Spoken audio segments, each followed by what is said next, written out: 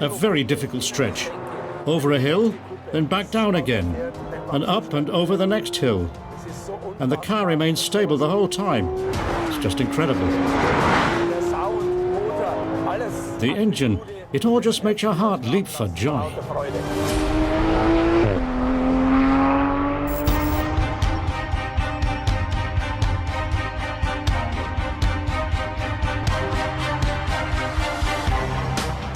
RS stands for racing sport, and it's even closer to motor racing than the GT3 is. It was a great challenge for us to build a better car than the GT3, which is an unbelievable vehicle to begin with.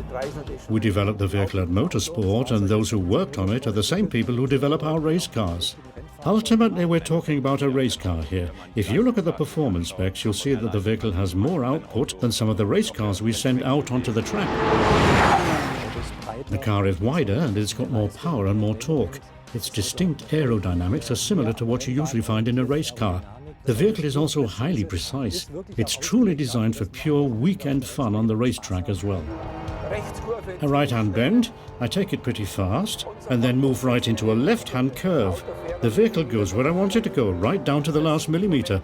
Such moments are simply amazing.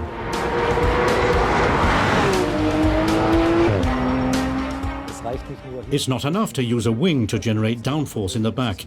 You have to create a balance between the rear and the front. That's why we have openings on the wings that actively vent the wheel arches.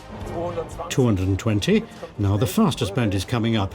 Here as well you immediately notice the tremendous downforce and how stable the car remains.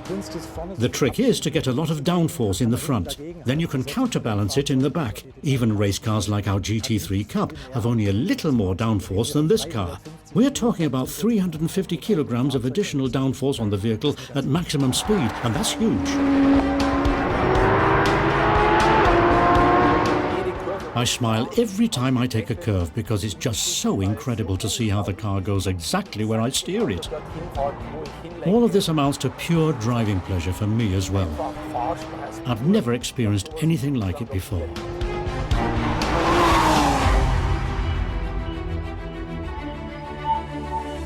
We use two different sized tyres here, which is actually unusual with a 911. We put 21-inch tyres on the back and a 20-inch variant in the front.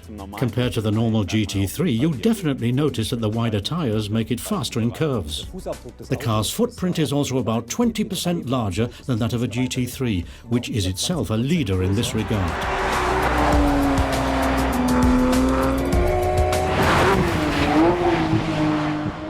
We designed the vehicle mainly for those in mind who like to go out on the racetrack and have fun. They like to clock their lap times, so a PDK offers a clear advantage over manual transmission.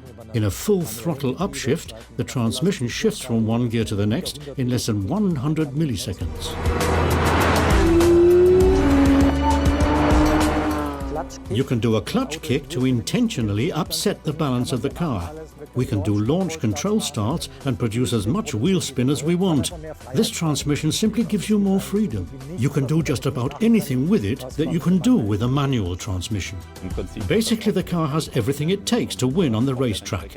It's got attributes that are beyond impressive and make driving the vehicle even more fun.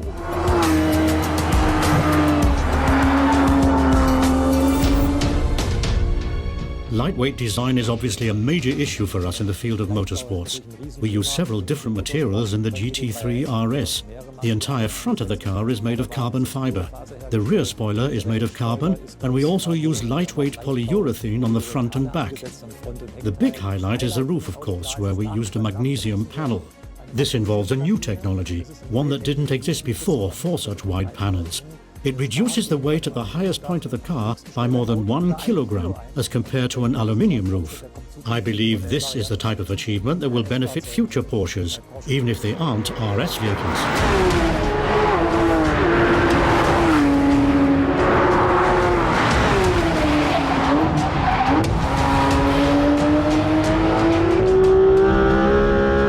4 litres displacement and 500 horsepower.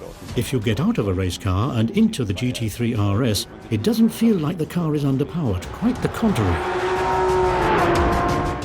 We used only the best materials. We've got titanium connecting rods, new high-performance pistons, and the camshafts are different. We've got a crankshaft made of a special type of steel, the same we use in the 919, the LMP1 race car. The engine can get up to nearly 9,000 RPM, perfect for this chassis. And together with these tyres, suspension and gearbox, you end up with a wonderful package. I always grin whenever I get into this car. I simply feel great. I can only hope that I might be allowed to drive this car as often as possible.